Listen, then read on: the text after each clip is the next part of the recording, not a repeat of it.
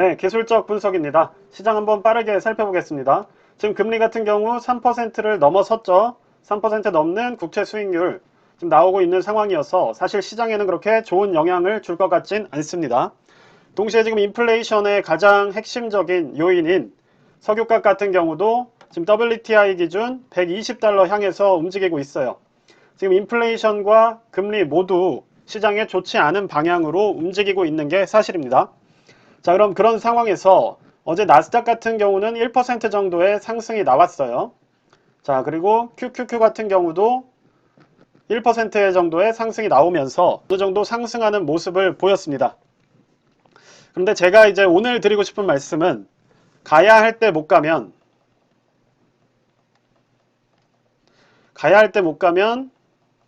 보통은 빠지는 경우가 많다는 겁니다.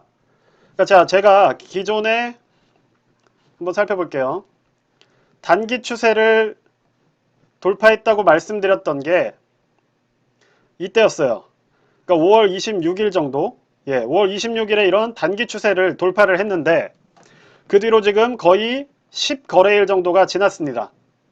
그렇죠? 2주 정도의 기간을 두고 우리가 단기 반등을 노려보자고 말씀을 드렸었는데 벌써 거의 10일 정도가 돼가고 있어요. 이미 거래일 기준으로는 7일 정도가 흐른 상황입니다. 그래서 오늘, 내일 모레까지 하면 이제 2주라는 거래일이 지나는 거예요.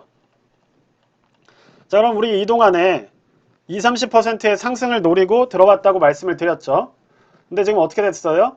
처음 갭상승이 나오고 나서 그 가격대에서 지금 거의 7일째 머무르고 있는 상황이에요.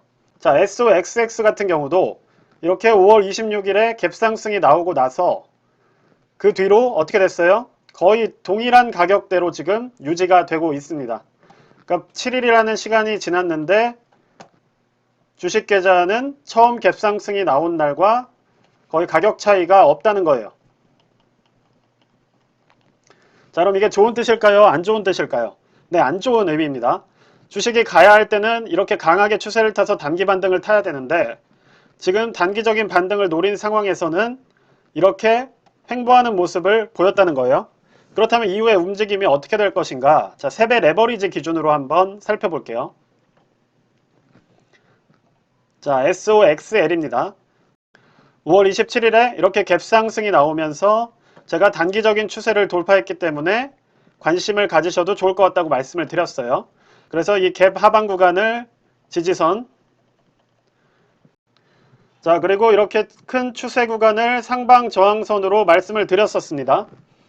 자, 그래서 2주 동안의 반등을 노려보자고 얘기를 드렸는데 지금 어때요? 세배 레버리지 같은 경우도 7일째 제자리 걸음입니다. 그쵸? 가야 할 때 지금 못 갔다는 얘기예요. 그러면 지금 어떻게 하는 게 좋겠어요? 제 생각에는 좋은 방향으로 갈 것 같진 않기 때문에 일정 부분 실현하시는 것도 좋은 판단이라고 생각이 듭니다. 그러니까 위쪽을 찍거나 아래쪽을 찍거나 둘 중 하나일 텐데 지금 위쪽을 찍는 모습이 나오지 못한다는 얘기는 추세 자체가 하락 추세이기 때문에 하방을 향할 확률이 높다는 거예요. 그러니까 우리가 배팅을 할 때 이렇게 하는 거죠. 자, 이런 상방 추세에서는 만약에 이런 도중에 가야 하는 곳에서 못 가고 지지부진한 모습이 있다면 상방 추세에서는 상방을 향할 확률이 높은 거고 지금 이런 식의 하방 추세에서는 하방을 향할 확률이 높은 겁니다. 그러니까 지금도 하방 추세가 이어지고 있는 상황이기 때문에 가야 할 때 가지 못하고 횡보를 한다는 얘기는 하방을 향할 확률이 더 높다는 얘기입니다. 특히나 지금 금리나 석유도 상승하는 방향으로 가고 있기 때문에 이쪽을 하방으로 더 밀어내릴 확률이 높다는 거예요. 그래서 결국에는 이 51선 저항선을 뚫지 못하고 맞고 떨어지는 방향으로 움직일 수도 있다는 얘기입니다. 자, TQQQ 같은 경우도 볼게요. 제가 분명히 5월 26일에 자, 이런 식으로 단기적인 추세를 뚫었기 때문에 관심을 가지시라고 말씀을 드렸었죠. 자, 그리고 갭상승이 나왔고 이렇게 50일 저항선을 도전하는 모습이 나오면 이쯤에서 수익을 실현하라고 2주 정도의 기간을 갖고 말씀을 드렸습니다. 그런데 지금 어떻게 됐어요? 반등이 나온 타이밍에서 더 가지를 못하고 계속 같은 가격대로 이렇게 유지가 되고 있죠. 오늘로 7거래일입니다. 그럼 이거는 어떻다? 추세가 하방이기 때문에 횡보는 하방으로 향할 확률이 더 높다는 겁니다. 상승하는 추세에서 횡보는 상방으로 향할 확률이 더 높겠지만 하방으로 향하는 추세에서의 횡보는 하방으로 향할 확률이 더 높다는 거예요. 왜냐? 에너지 흐름 자체가 그렇게 가고 있기 때문에. 그렇다면 어제 조금 반등이 나왔지만 오늘장 같은 경우나 금요일 같은 경우도 하락으로 끝날 가능성이 좀 더 높다는 겁니다. 특히나 요즘 목금 같은 경우, 특히 금요일 같은 경우에는 큰 폭으로 빼고 마무리하는 경우가 많이 있었기 때문에 이건 역시 하락장의 특징인 거예요. 우리가 여기서 심리적으로 어떤 생각을 해야 되냐면 우리가 이 갭 상승을 목격했을 때 무엇을 기대하고 매매했는가. 이게 제가 손절치는 법이라는 그 영상으로 말씀을 드렸던 내용인데 이때 당시에 우리가 기대했던 거는 분명 이 51선을 도전하면서 단기적인 반등을 노렸던 거예요. 그쵸? 이런 식의.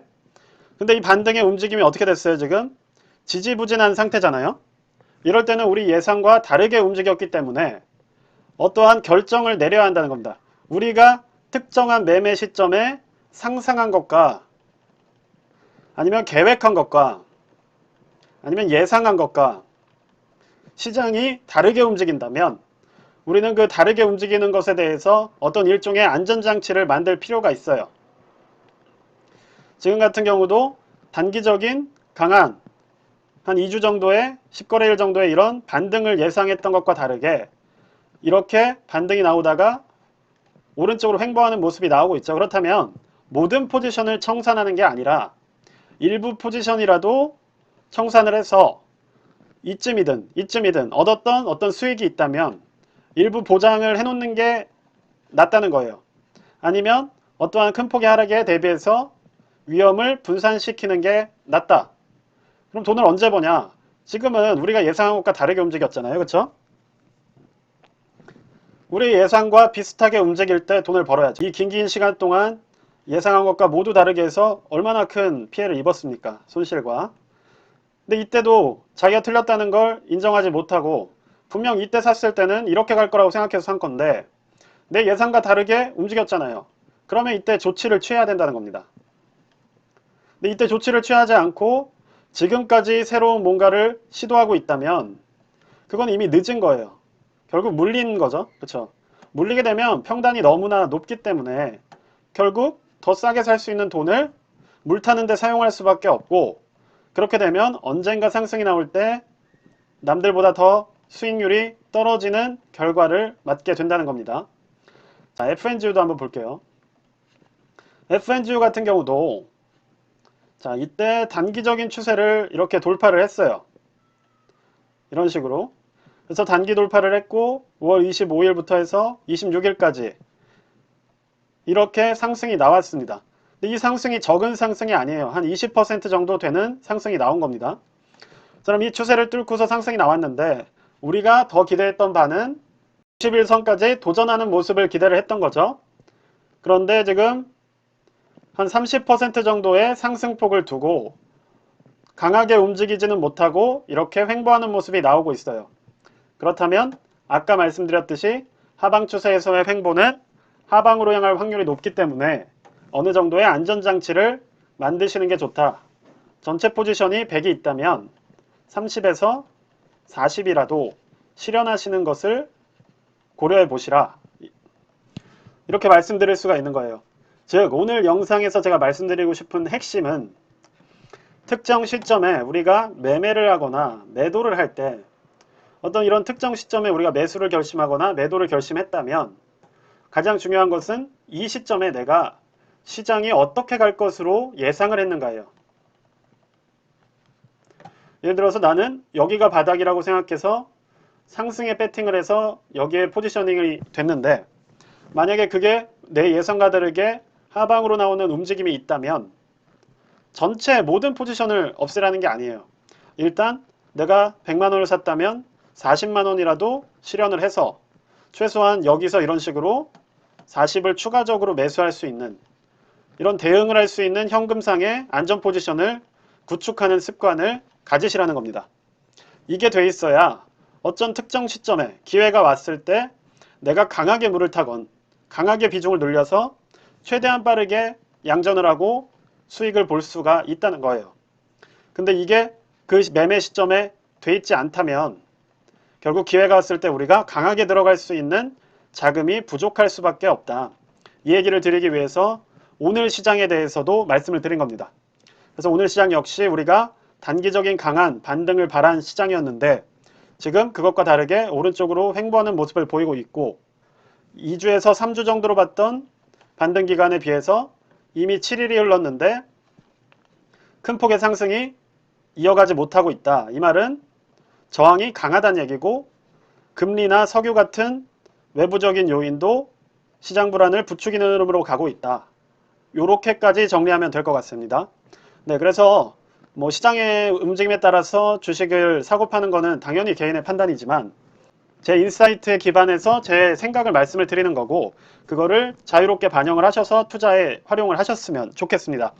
네, 그래서 영상이 도움이 되셨으면 구독과 좋아요 꼭 좀 부탁드리고요. 네, 오늘도 좋은 하루 되십시오. 감사합니다.